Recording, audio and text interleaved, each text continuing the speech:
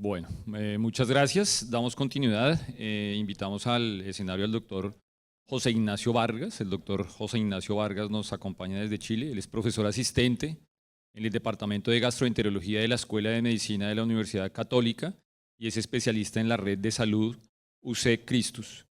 El doctor nos va a hablar acerca del manejo endoscópico de la litiasis intrahepática. Bienvenido, doctor Vargas. Bueno, agradecer la invitación nuevamente al comité organizador. Vamos a hablar de un tema que no es tan frecuente en nuestro medio, pero que sin embargo suele ser muy desafiante y requiere un manejo multidisciplinario para enfrentarlo, y lo vemos con cierta frecuencia asociado a principalmente a cirugía hepática o a pacientes con condiciones genéticas. Estos son mis conflictos de interés. Y la hoja de ruta vamos a hablar sobre conceptos generales de litiasis intrahepática, algunos conceptos sobre manejo quirúrgico, el manejo endoscópico, que es lo principal que vamos a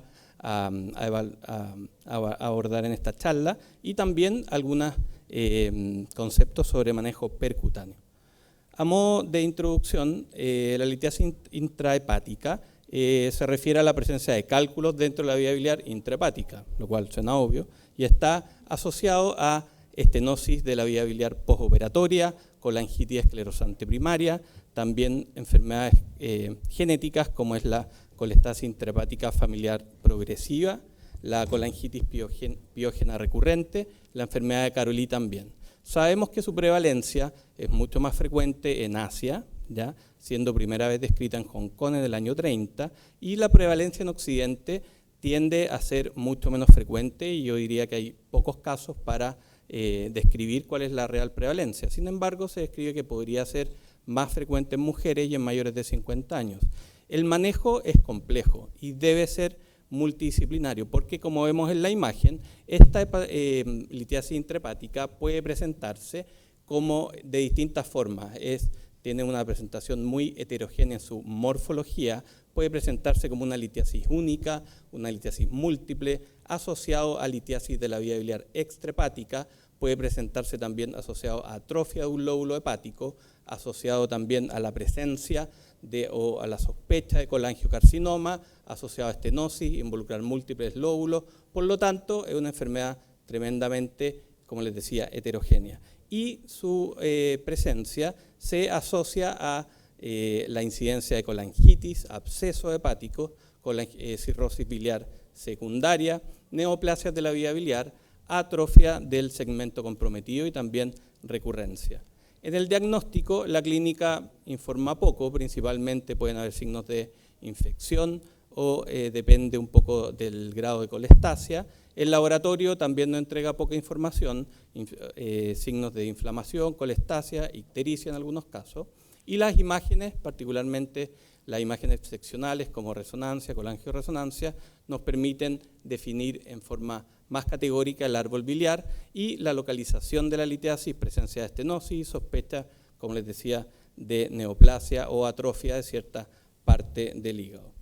Entonces, en el manejo multidisciplinario tenemos distintas alternativas. La primera alternativa es la alternativa endoscópica. ¿Cuándo la vamos a preferir? Idealmente, como primera línea, siempre que sea una litiasis intrahepática accesible por vía transpapilar, cuando hay cálculos proximales o residuales también, cuando está asociado igual a cálculos de la vía biliar extrahepática. También hay algunos casos donde tenemos una colangitis con necesidad de drenaje urgente y también en pacientes con alto riesgo quirúrgico. Respecto al manejo con resección hepática, con cirugía, esto vamos a considerarlo cuando existe una enfermedad unilobar extensa, donde podemos hacer una resección anatómica del segmento comprometido, también cuando existe atrofia hepática segmentaria, ya que esta se asocia a la incidencia de neoplasias de la vía biliar, también cuando tenemos una sospecha de colangiocarcinoma y también en algunos casos de hepatolitiasis recurrente severa, ¿ya? Y el manejo percutáneo vamos a considerarlo cuando existe litiasis segmentaria profunda, una anatomía quirúrgica alterada, en el fracaso del tratamiento endoscópico y también en la presencia de estenosis intrahepática compleja.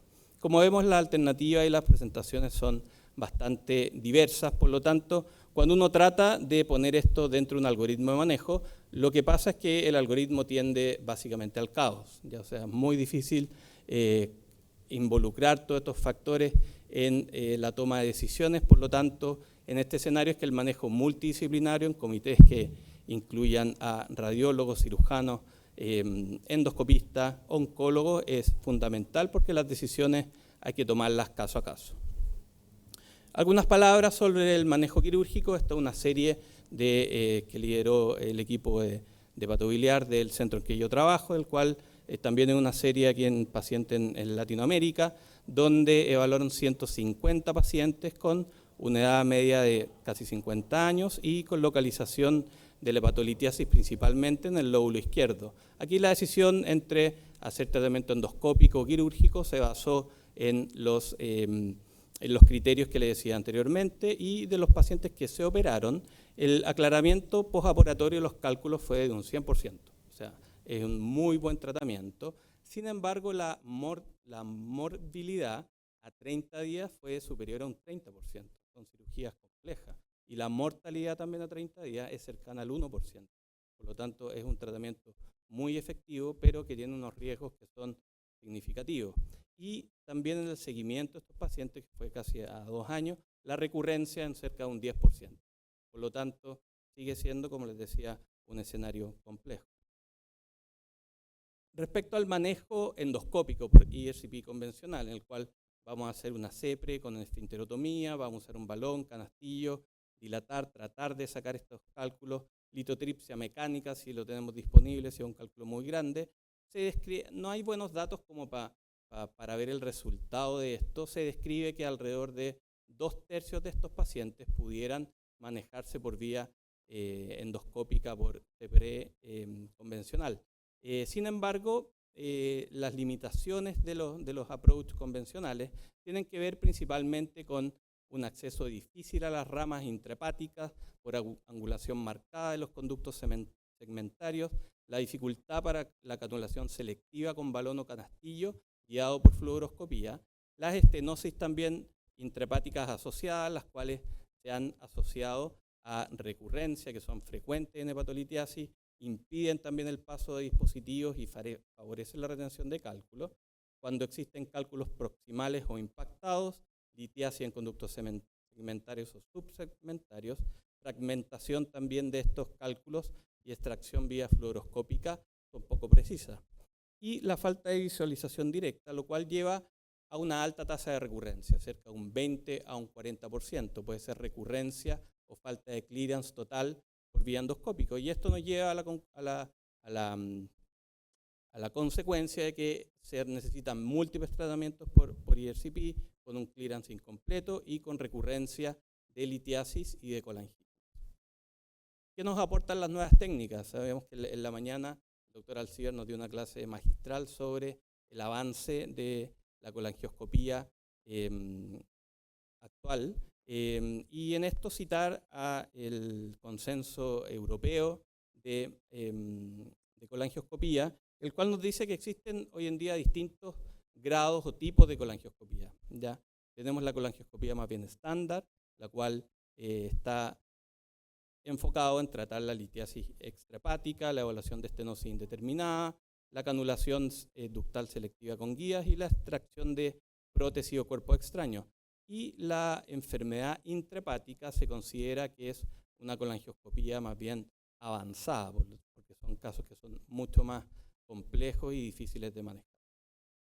Ahora, ¿cuáles son los datos que tenemos de uso de colangioscopía en litiasis intrahepática? El año ya 2018 aparece este estudio retrospectivo de una gran serie de colangioscopía dentro de un paraguas de cálculos biliares complejos, en el cual un porcentaje de estos, cerca de un 18%, tenía litiasis intrahepática. El éxito en general de la serie fue muy bueno, cercano a un 95%, incluso un 100%. Y cuando realizan el análisis de los pacientes que tenían litiasis intrahepática, se describe que la litiasis intrahepática no fue un factor de fracaso. O sea, también este tratamiento fue efectivo en tratar la litiasis intrahepática. Mencionando nuevamente que este es un estudio retrospectivo. Ya el 2019 aparecen seguimientos prospectivos, los cuales ya multicéntricos, en el cual incluyen también pacientes con litiasis intrahepática, describiendo también resultados bastante similares. En el fondo, que la litiasis intrahepática no es un factor de fracaso cuando uno usa colangioscopía. Ahora, en este estudio incluyeron dentro de una categoría los cálculos de iliares e intrahepáticos, por lo tanto un poco difícil saber cuánto y cómo era la morfología de estos cálculos intrahepáticos que se describen en este estudio. Para buscar estudios comparativos más directos hay que bucear un poquitito más para encontrar también estos estudios retrospectivos en el cual comparan directamente la litiasis extrahepática con la litiasis intrahepática con el uso en el fondo de colangioscopía, el cual describen de que en el grupo de litiasis extrahepática la extracción en una primera sesión fue mucho mayor que en los pacientes que tenían litiasis intrahepática, pero después de múltiples tratamientos el éxito es similar. ¿Ya? Ahora, hay que mencionar también que en este estudio nos dicen de que la incidencia de colangitis en el grupo de litiasis intrahepática fue mucho mayor, hasta cercano a un 40%. Por lo tanto, la recomendación aquí es tratar de realizar la colangioscopía, ojalá utilizando la menor cantidad de irrigación posible, porque el riesgo de colangitis de novo es cierto. Y ahora cuando le digo, seguimos buceando un poco más y encontramos particularmente este estudio retrospectivo que nos dice cuál es la respuesta, especialmente en litiasis intrahepática. Y vemos aquí que este estudio con 26 pacientes, el cual requirió un número de sesiones entre 1 y 7 para lograr el aclaramiento completo. Sabemos que estos pacientes van a requerir procedimientos repetidos. O sea, la primera sesión el éxito es cercano al 50% y ya con las sesiones repetidas la mayoría de estos pacientes pueden ser tratados por vía endoscópica.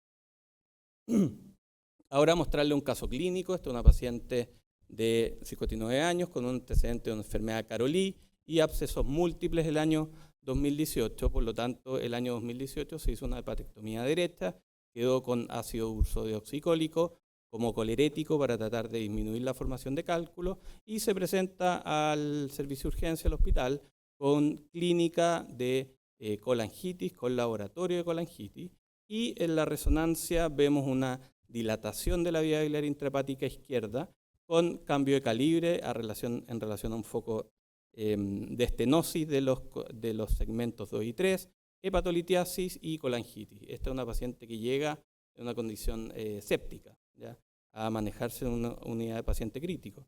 Y aquí quiero mostrarle un poco el video de esto. Es lo que nos encontramos, el cual es una paciente con una vía biliar bastante enferma, con un cálculo grande, metido muy profundo en el conducto izquierdo, asociado a toda esta inflamación que se ve, y como ustedes ven aquí, también con un área de estenosis asociada. Entonces, en este paciente decidimos realizar tratamiento por vía endoscópica con el uso de colangioscopía, el cual vemos aquí, llegamos hasta donde está la muestra de sutura, donde está la resección anterior, logramos identificar la salida del conducto izquierdo a través de, como les decía, colangioscopía. Es un sector muy angulado donde con la ayuda de una guía logramos acceder y ubicar particularmente el sitio de estenosis donde ustedes ven que está la infección ahí latente. Tratamos de canularlo con una guía, pero el ángulo no nos permite. Ahora, la gracia de poder usar esto es que nos permite dirigir en forma muy precisa donde queremos que vaya la guía. Finalmente logramos atravesar la estenosis con el colangioscopio y nos encontramos con una gran litiasis. Esto es para mostrarles en el fondo que es una posición intermedia, el colangioscopio muy doblado y estamos muy adentro de la vía biliar intrahepática. Por lo tanto, los colangioscopios que son probablemente más delgados nos ayudan a llevar estos casos adelante y poder tratarlos por vía endoscópica en forma efectiva. Aquí vemos cómo logramos logramos atrapar el cálculo con un canastillo, lo cual es un momento muy satisfactorio del procedimiento y aquí logramos sacarlo a través de la estenosis, llevando toda la vía biliar extrahepática y finalmente con un barrido con balón logramos sacar el cálculo, como les decía. Y este es el resultado final por vía fluoroscópica y dejamos un stent porque el paciente estaba séptico, por lo tanto necesitábamos asegurarnos del drenaje. A las 8 semanas vamos a mirar nuevamente con colangioscopio y vemos que ya la estenosis ya está ausente. Miramos también para ver si hay litiasis intrahepática residual y en verdad el conducto estaba completamente limpio. Sí.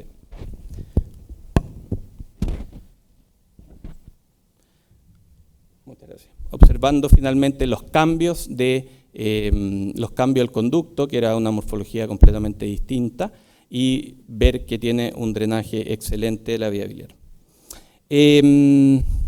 Mencionaba algo sobre el uso de colangioscopios más delgados. Probablemente en estos casos es algo que necesitamos como para tener un éxito y un acceso adecuado a este conducto intrahepático, y sabemos ya con este estudio del 2024, el cual tiene bastante buen rendimiento, tanto diagnóstico y terapéutico, comparable a los colangioscopios más gruesos de 11 French. Este es un poco un spoiler de algo que hemos trabajado con nuestro grupo, en nuestra serie de colangioscopía, el cual en la mayoría de los casos en nuestro grupo usamos colangioscopios de 9 French, el cual y nos ha ido muy bien.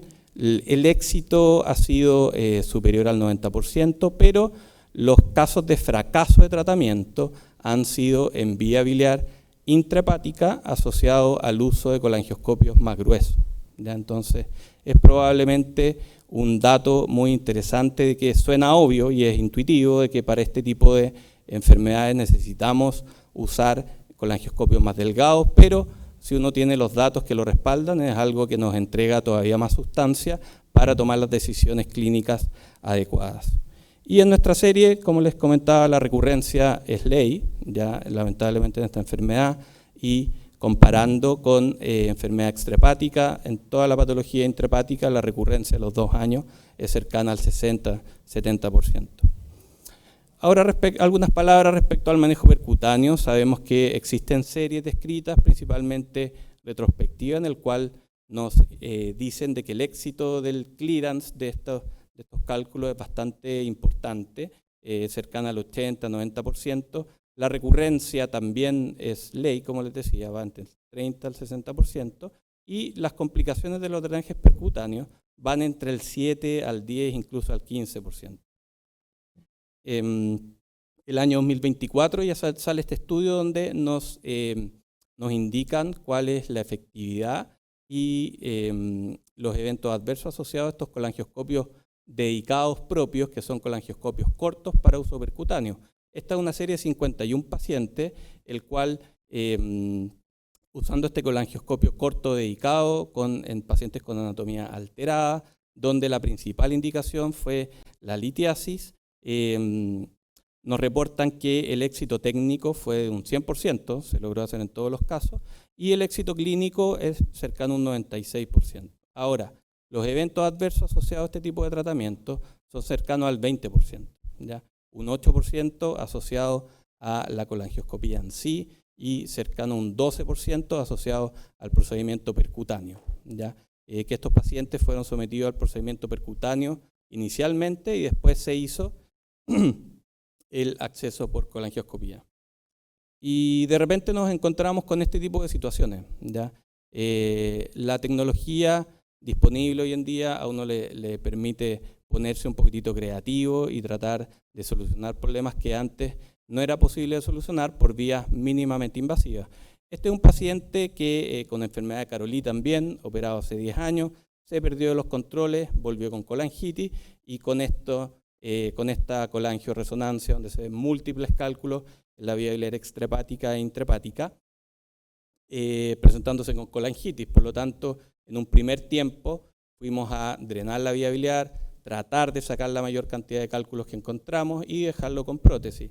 Y después de 2 procedimientos particularmente, lo que se nos ocurrió es hacer este manejo combinado, que es una colangioscopía doble, tanto por vía percutánea como por vía endoscópica. Ustedes ven ahí la imagen fluoroscópica donde está el colangioscopio percutáneo, esta es la visión percutánea, donde vemos un cálculo impactado en el conducto derecho posterior, el cual tratamos de sacar por vía endoscópica. A la izquierda está la visión endoscópica, pero imposible sacarlo porque era un cálculo impactado. Entonces decidimos ahí hacer la litotripsia por vía percutánea mientras hacemos la extracción por vía endoscópica.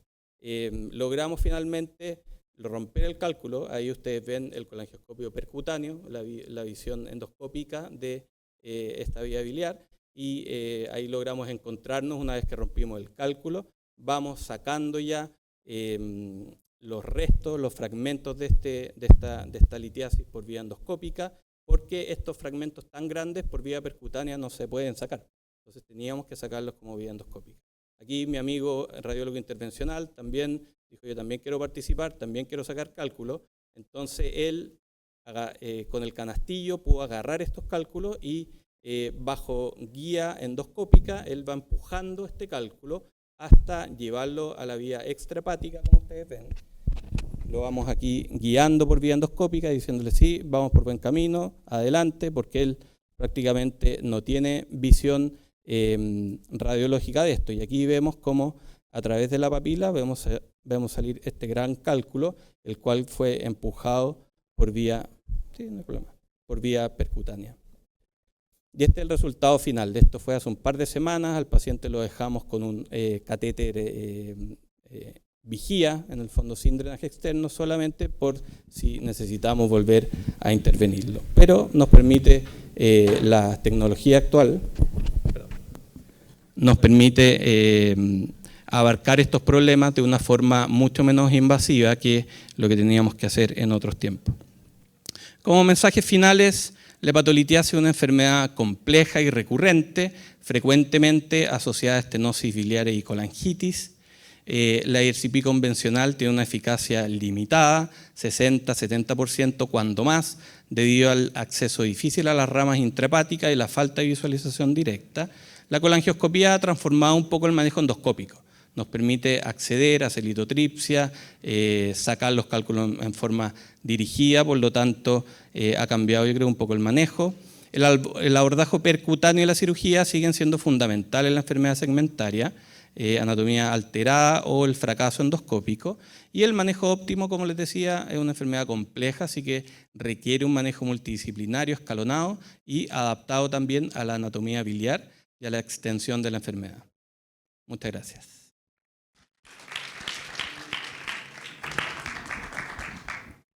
Muchas gracias, doctor Vargas. Excelente conferencia. ¿Alguien alguna pregunta?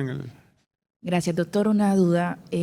Vimos que en el porcentaje de colangioscopia percutánea estaba alto los niveles de peritonitis. ¿Estaría de pronto relacionado al tiempo de maduración de la fístula? ¿Lo habrán hecho antes? Puede ser. Ellos decían que en promedio el acceso percutáneo se había hecho 8,5 días antes del acceso colangioscópico. Por lo tanto, puede tener que ver con la maduración de la fístula. Ahora, requiere un tiempo como para tener un tratamiento, y que la fístula se forme requiere que el paciente no esté en el fondo en una urgencia. Si el paciente está en una urgencia, está con una colangitis, realmente no podemos esperar ese tiempo de 8,5 días, pero sí ellos describían que probablemente está asociado a eso, en el fondo al uso al tiempo de formación de la fístula. Muchas gracias, doctor.